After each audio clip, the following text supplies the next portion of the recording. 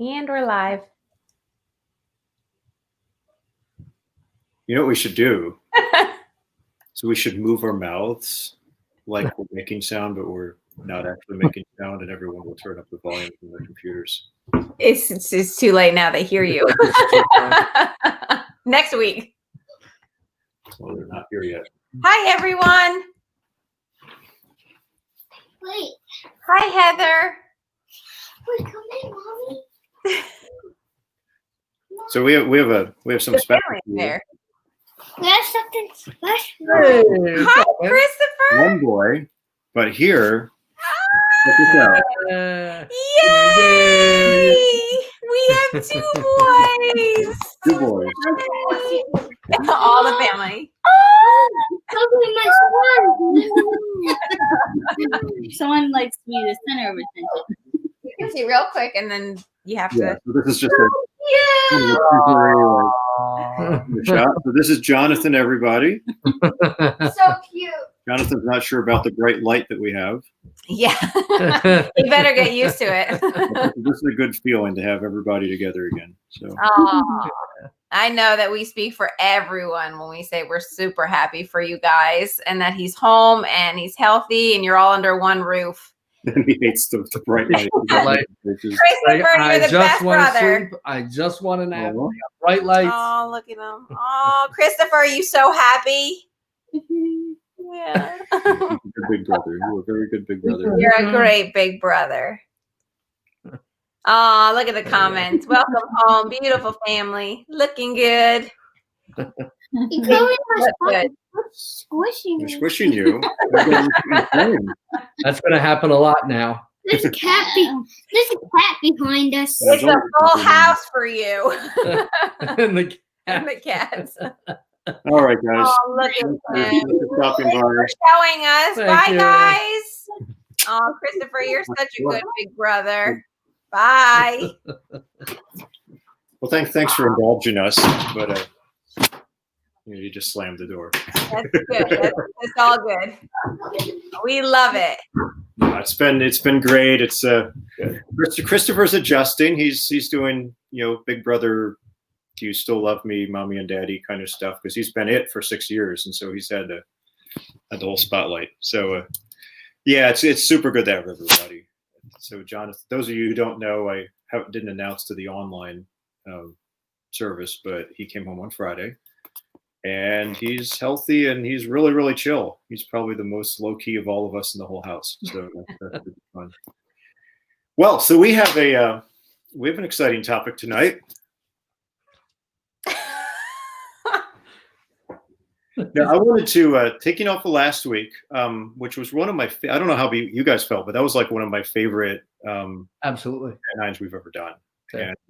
And because of the level of participation and everybody kind of having a piece of it. And I think that was great. So we were thinking today and we're talking, and something that would be great for us to talk about, because it is holiday season, it is election season, it is a lot of things, and all of us, I think, have at some point in our lives we've experienced this tension, is to really discuss the idea: how do you disagree with someone and still love them? Like, how do you? That's good. Or how do you love someone and also disagree with them? That's another way you could say it. Because we know it's a hard thing. It's when everything is great, it's great, but when the lines are kind of exposed in our relationships, and our differences come to the surface, it is so much harder to do that. And yet, as Christians, as Christ followers, one of Jesus' commands, his new command to us and to his followers, was to love one another in the same way that I love you, so you also are to love one another. That's in John chapter 13. And so I think one of the things that's challenging is we, love is like, we love a lot of things, right? We love baseball and ice cream and chocolate. And so really figuring out what does love actually mean, look like, is kind of a really big part of this. And what do you guys think about this? Go ahead. Oh, you kind of define marriage there a little bit now. Well, yeah, marriage is a good example because if you don't, Good example, right? one of you is not conscious or or has completely disappeared in the personhood of the other. Right? Yes, right, exactly. Yeah, so it's a matter of putting someone else's needs and opinions kind of above your own, or kind of agreeing to disagree. Things we do to put aside our own agendas, our own opinions sometimes for the sake of the relationship. And really, it's got to start with love. And so that when the disagreements come, you're able to work through them, being completely humble. And I think there has to be a mutual respect too, which is super hard in disagreements, or I mean, like in differing opinions, it can be really hard. I mean, you can go as this isn't serious at all, but like people who know me know that I do not love any sports associated with the Boston teams. And that is a huge disagreement with me, with my New York teams.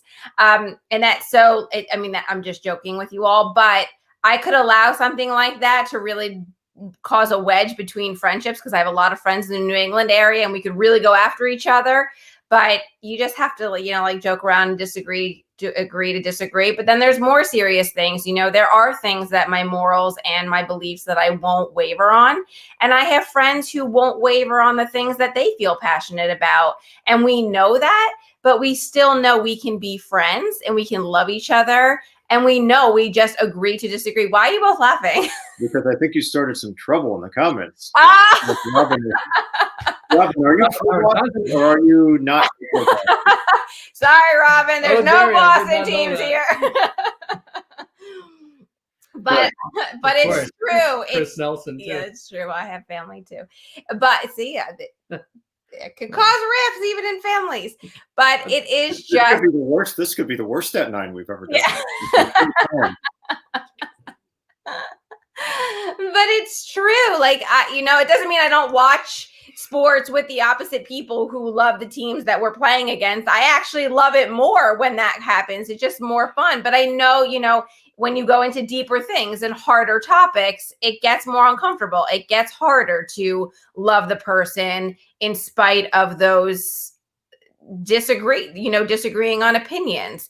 And you really have to, like Andy said, not just look at your own and listen. Like, I don't just stop conversations because I disagree. Those are the times I really love to listen. Stop it. Robin's coming out. Yeah, you're fine. You guys are good. So I think it's important that you really are mindful of that, because you do have control of the temperature in the conversation. It doesn't have to be a battle. It doesn't need to be going back and forth. It can be a listening and a cordial conversation. And, at the end of the day, you can agree to disagree and move on and still be friends. I don't want to only be friends with people who only think and love the same things that I think and love. That doesn't make the world what it is. Yeah, there's a couple words that I'm like making notes here that I think are important. And one is, and it's something that Sue, you said this, respect, putting others first. When you respect someone, you have some capital with which to disagree, or you have currency to disagree with. Meaning, if someone I respect disagrees with me, I will hear them out because I respect them. Yeah. And that gives you kind of a road to run on in your disagreement. The moment respect goes away, and they talk about this a ton in marriage, and you guys, when people and me, the same thing. It's like, if respect isn't there, if there's contempt, that's the worst thing ever, because there's just no road to run on. Heather, you're saying communicate to each other your feelings, whether you agree or not, and try to support each other. And that assumes, by the way, that there's enough trust to do that. Yes. Yeah. I think that's an important thing, is that, that works when there's trust. And Karen, you're saying something really, really key, which is remembering and focusing on the relationship and committing to love the person. Hmm. And this is like a huge thing, is because right now, like we have in our culture, I don't know if any of you've noticed, there's this thing called cancel culture, which is Mhm. Yes. We're aware. but it's basically like, unless you agree with me on everything. By the way, Christians are really good at this too. They cancel culture as well as anyone else. So, Oh yeah. but it's like, unless you agree with me on anything, you're dead to me. It's like, if you don't agree with me on everything, you're dead to me. Well, that's just not realistic. There's no way that's going to happen. Robin says, I've also learned that I do not need to convince others to come to my way of thinking. That's real good, because one of the best questions, I think, anytime you disagree with someone and you feel like the blood rising and it's like it's time to go, I think it's great to stop and ask, why do I need to win? Yeah. Yes.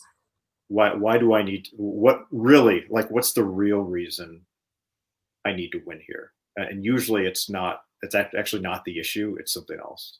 And Or having the last word in it. Well, self-worth. Yeah, your self-worth is somehow affected by it. Or if you're wrong, what the implications of that are. It always comes back to self in that. Yeah, well, I think that's the nature of relationships. And you were freezing there for a second. I don't know if that's our fine internet or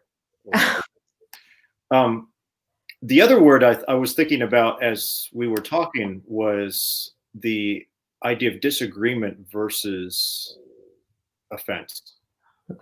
Meaning it's possible to disagree and to not be offended. And Andy, you were talking about this. So this is a really good idea. When you have a relationship with somebody, especially if you're a Jesus follower, I think there's really two choices when you run into disagreement with other people. The first is you can choose to not be offended. Like right. You can say, and that's different than maybe if someone's attacking you personally or something like that. But this is like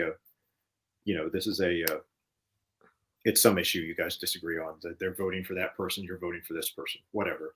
You like Boston teams, you like New York teams, whatever. But you can choose to not be offended, and you actually can release the person from offense, or you have to address it directly. Right. And for Jesus followers, those are your two options, really. Is decide, and when I say choose to not be offended, that doesn't mean you just get passive aggressive about it. It means you let it go by. You release it. Or you address it. And what I don't know, in your relationship, let's go into the surface. Is one of you the confronter and the other the appeaser? Meaning, is there some person who wants to argue and the other person who wants to keep the peace? Yippers. It's interesting because that's not my role, like in my extended family, but yes, he's the peace person in the marriage, and I'm the one that wants to go after it. Yeah, and keep the peace. I mean, that's just, you don't want to deal with it. You there's, like in the animal kingdom, there's fight or flight. Yeah. There's actually fight, flight, or freeze. And in conflict, there's exactly the same three things. There's, you fight, you flee it, or you just freeze up and nothing happens. That's why SDI was so good for, well, it's good for everybody, but good for us because it gives you. What that is. Oh, he wants you to tell what it is. Yeah. Strengths, women inventory. So you take this assessment, and then it gives you not only where you land as far as what your motivational value drive is. So whether that's relational, whether it's more of a performance, where what you do, your ability to accomplish, gives you more self-worth, or the need to be secure. And having things correct and orderly. So everyone's a combination of those three things, but your MVS is where the thing that gives you the most value, most self-worth out of just your natural being. But the other part of that is also your conflict sequence. So where do you go in conflict? Whether you're just willing to give in, or whether you run away, come back with more data, and then you're able to have a better argument, or whether you run over the other person. So everyone has a conflict sequence. There's stage 1, stage 2, stage 3, and then it's where you go in those conflicts that really it can be good and bad. It's good to know what that is, and it's good to know if you're in a relationship with other people what those are, so that way you can tell when people are in conflict. That way you don't push them deeper into conflict. Yeah, and to shorthand all that, what they're really, and maybe you should explain it. Yeah, I'm sorry, but really with all of us, when we get into conflict, there is a predictable place that we go. Yeah, there's a predictable pattern, and it's really a self-protective pattern, or a self, just kind of something that perpetuates or keeps you going, and we all have different ones, and that's a great one to do. But sometimes it never even gets that deep. Like it's like if you are married to someone, or you live with someone, or you have a family, or you have a close relationship, over time you can kind of figure that out. A lot of these other things, we just don't have that. We don't have that we don't have that level of depth, I don't think, in our relationships. And so it really, you kind of have a choice to choose to not be offended and really yeah, or you have to go deal with it. And there's this famous passage. I didn't put it up here, but if you've been in church for a while, how many of y'all church people have heard of Matthew 18? Yeah, which is like, it's Jesus talking, and Jesus is talking about, what do you do when someone sins, or someone does you wrong, or someone does wrong? And it's actually this escalating sequence of, go to them and point, deal with the issue. If they don't listen, bring someone with you. If they don't listen, you like drag the church or the gathered assembly into it. And this has been the most weaponized passage in the history of Christianity in so many ways. And because here's the thing that matters, and I brought it up because the question you always have to ask yourself when you decide to confront something, when you decide to address an issue, is this about the relationship or not? Is this about the relationship? Is this, am I trying to preserve the relationship? Because what Jesus is talking about in that passage is preserving the relationship, making it right where it's gone wrong. And so if you don't have that value, it actually ends up being really, really destructive. And so when you decide that you're going to love someone and disagree with them, like at the root of that is the idea that you value the relationship. That the relationship matters more than the issue. I had an old mentor who used to say, if the relationship, he would say relationship before issues equals trust. Meaning if you always know that the relationship is first, there's trust there, even when it comes to you have issues or things like that. And one of the things, and we actually talked about this on Sunday in church, that I've really come to realize about actual, like, true love, is love has everything to do with the direction power is flowing. And we were looking at that there's a passage in the book of Philippians chapter 2 where the apostle Paul is talking to the church. This is like how you're supposed to do relationships, and you're supposed to do it like Jesus, which is to love and to do it sacrificially. And one of the things I've learned is like, well, how do you know what love is? Is love a feeling? Is like when I feel a strong thing, is that love? Or is it more than that? There's a cat going. There's always a cat going behind me. Like you people must think this. I am like this total. Like I have like 10 cats. I have 2, but they always show up when the camera. One of them back there. But it's this idea that when we love, like the apostle Paul talks in that famous passage in 1 Corinthians, he says, love is patient, love is kind, it does not envy, it does not boast, it is not proud, it does not honor others, it's not self-seeking, it's not easily angered, it keeps no record of wrongs. Love does not delight in evil, but rejoices with the truth. It always protects, always trusts, always hopes, always perseveres. Love never fails. And most of us have heard that. Yeah, Robin says, what does that mean? Yes, here's what I mean by that. I mean that we all have a degree of power that we're given. We have influence, we have position, we have relational capital. We have things that we can either use for our own ends or we can use on behalf of others. And, like when the apostle Paul says, love is kind. When someone does you wrong, you actually have power in that moment, because you can choose to not be kind, or you can choose to be kind. When you dishonor somebody, you can use the power of your tongue to either build them up or to tear them down. If you get angry, you can use the power of your emotions to destroy people, or not.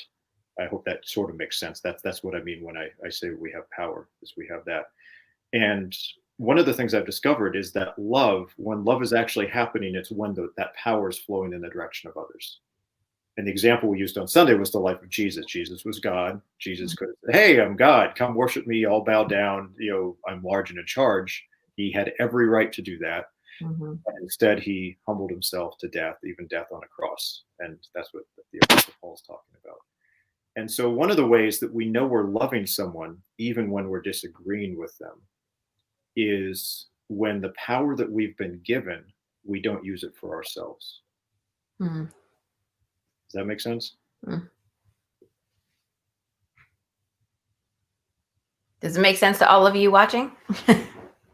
Yeah. If I'm just talking, people are like, "Oh man, I don't know what the guy's saying." Like definitely chime in on that. But that's one of the things I've discovered, is that's how you know. That's how you know, is that it has everything to do with that. Robin, did that help a little bit? Did that make okay? Good. Yes, people are responding. Yes. Yes. Thank you. The worst thing ever is like when you're saying all this stuff, you're like, "This is I'm totally saying it," and everyone's like, "I have no idea what's going on." But everyone, and let's start with you guys. Where has this been like a hard journey for you? Where has this, like, as you've said, "Hey, I have this person I really disagree with. I think they're wrong, but I also want to love them." What does that look like for you guys? I think for me, it's just because we're in the times that we're in right now. So like everything having to do with the virus and everything having to do with the election, they're just two hot topics right now.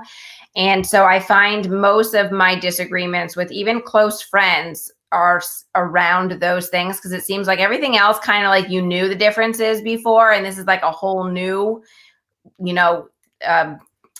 juggling act with two different things in the air right now. And I have found that I really have found that listening just does so much better. And I do share, my point of views, but I love the person so much that I really don't find the disagreement a wedge. And I really have just, like, so what they disagree with what I believe, or so what that they're, voting for this person, or, so what that, they disagree with wearing a mask or not wearing a mask. Like, at the end of the day, I just look to it's about another person. And I don't feel like the disagreement is life or death that I need to like knock down and fight or lose a friendship over it. I just don't. People know where I stand with my morals and my beliefs. And I almost find like, that's easier at this point than the other stuff, because people know who I am and what I, stand for, that it's these other areas that are newer and no one really knows. And there's fear behind it, that it's allowed all these things to trickle in. And I just don't regardless of what I feel, I don't feel like at the end of the day, I have to win an argument. Both sides need to be heard. I can have respectful conversations with my friends. And if we agree to disagree, I'm fine. Like, I just don't see losing friendships over this stuff. Maybe it's just because it's not dragged down important enough to lose a friendship. Like, I don't know. There are some things that are very important to me. Yes. And I don't think the whole world needs to know who I'm voting for. And I don't think the whole world needs to know how I feel about COVID. It's just not necessary. I could go off on both, but I'm not going to, because I don't find that it's valuable right now. I'm one more, it's just, Yeah. I love the people in my life too much that I am close with, that I'm willing to risk a friendship. If it was necessary, yes, but I haven't found yet that any of my conversations have been worth losing a friendship over, if that makes sense. None of my friends have said something to me that has been like, okay, I'm done, I'm out, like I can't be friends with them. No, I have not come up against that at all at this time. And if they disagree with me, that doesn't mean that's me. You know, I like I said before, I don't want to just be friends with everyone who thinks and believes every single thing that I do. Yeah. Yeah. And Robin's saying, and this is actually a huge thing in families where you have two people in a family who just have very different ideas about whatever, faith, life, politics, coronavirus. I think we all can relate to all of those things.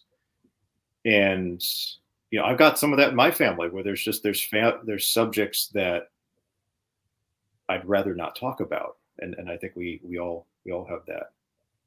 Are you forgiving me for loving the Yankees, Robin? No, she's talking to me. I love the Yankees too. So she forgives us as a staff. But I'll put my hat on next week. But and I think one of the things we talked about a little bit in relationships is that healthy relationships have a balance of grace and truth. You see, I got both hands up there like that. Yes. Great. But there's, we in the Bible, in the first chapter of the book of John, it says, Jesus, the Word became flesh, and we beheld the glory of the Father, full of grace and truth. And so Jesus is fully grace and he's fully truth. And what happens is a lot of times in relationships, there's like more of one than the other. Meaning, if it's all truth, it's like, there's people that you're always a little bit on eggshells around because you just have to say the right thing and be the right thing and do the right thing. And there's not a lot of grace there. And then there's other relationships that are just messy and you're always kind of bumping into each other and you're not talking about certain things. And, there's maybe not enough truth there. And relationships have a level of both. But sometimes, like in a relationship, that's just saying, you know what? I disagree with you on whatever, but I love you too much for that to come in between us. Yes. And that's grace and truth. But I think it took a lot of me doing it the wrong way to get to this place. Like, I don't want people to think like I never had disagreements and didn't walk away from friendships in the past. I think God has just softened my heart a lot more, that I don't always have to be right. And I don't always have to have the last word, because a lot of times I was wrong. And so I just, there are things, like I said, I won't waver on, and they know that, but it's not worth me beating someone up over. Heather's saying something I learned a long time ago, that just because someone doesn't like a certain person, that I shouldn't like them either. That kind of actually brings up a good point. Oh, that's a good point. Is, and if there's another spin to this, like jump in on it, but you don't have to like everybody. And everybody's not going to like you. Like if that's the game that we're playing in life, I've spent too much of my life doing that, and not worth it. It's impossible. That also doesn't mean that you get to use that as an excuse for being a jerk. But it just says you can still love somebody. Remember, if love is kind of defined by the direction, that power, that that it's flowing, you can actually still love somebody even if you don't like them. Like you can serve them without liking them. And I think that's kind of what Jesus, that's what he did well. And just understanding that's a difference, I think, is a really, it's kind of it's a pretty big idea. I don't know what you guys think about that. I spoke to you. Want to say something? Well,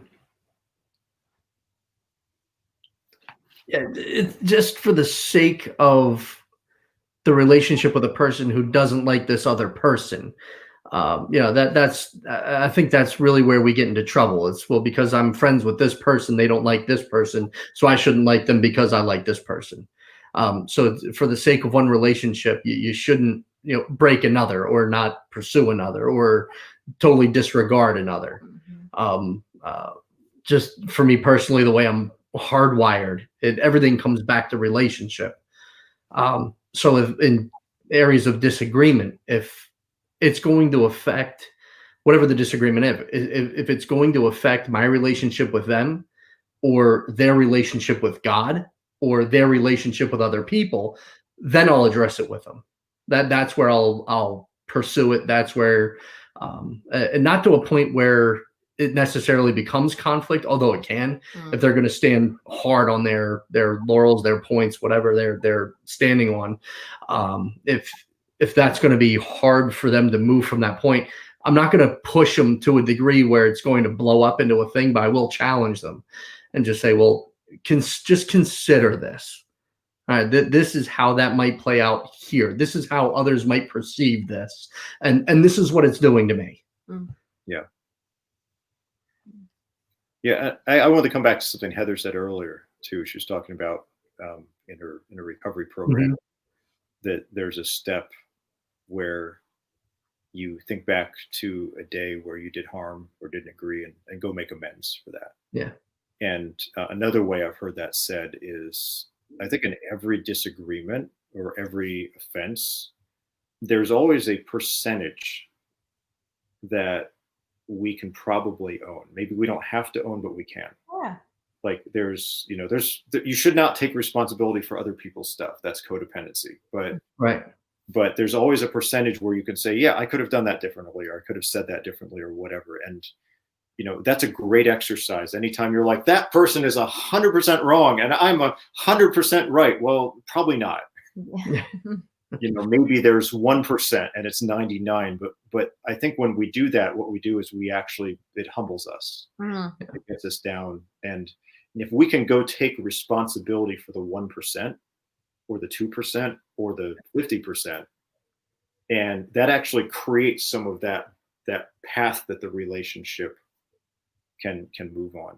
And that's a really, that I think that's been something for me, that as I've been able to learn how to do that a little more in a balanced fashion, it's been a helpful thing. Yeah, Peacemakers talks about that. It's owning 100% of your percent of the conflict. So it's owning 100% of your stuff, your side of it. And taking responsibility for it. And I'll actually say this: people who cannot own any part of a conflict are not safe people. Right. You found an unsafe person when you find someone who cannot take responsibility. And maybe it's because they're insecure, or maybe it's because they're not paying attention or what. But it's just it's impossible to have a healthy relationship with an unsafe person. So that's an important thing. Sue says, if you have a choice between being right or kind, be kind. Absolutely. And Leslie's saying, I've learned to accept people where they are. Doing more on my end doesn't always help them to move forward. I have to love them. Yes. There's that line in relationships where it's like you have to say, okay, this is mine and this is yours, and there's a little bit of overlap, and we can figure out the overlap together, but I can't take responsibility for them. Right. Like, one of the things that's really helped me is when you start to understand more about a person's story or their background, or maybe what they went through, it just makes you more compassionate. Yeah, definitely. When you can see what brought them to that point, it doesn't absolve the other person of responsibility, but it gives you perspective. And so it's just, and that's something Jesus did and does, by the way. He always accepted people where they were. He didn't leave them there because he loved them too much to do that, but he always met people where they were. And Heather, say what you mean what you say, but don't say it mean. That's good. That is good. I like that. Well, we could go on forever and ever. We took a few minutes showing off her baby. If anyone else, you have anything you want to share or kind of jump in on this, that would be super great. But thanks for kind of being in the conversation, everyone, tonight, and thank you guys as well for doing that. And, thanks for leading it. Yeah, absolutely. Daria, could you pray for us? Sure.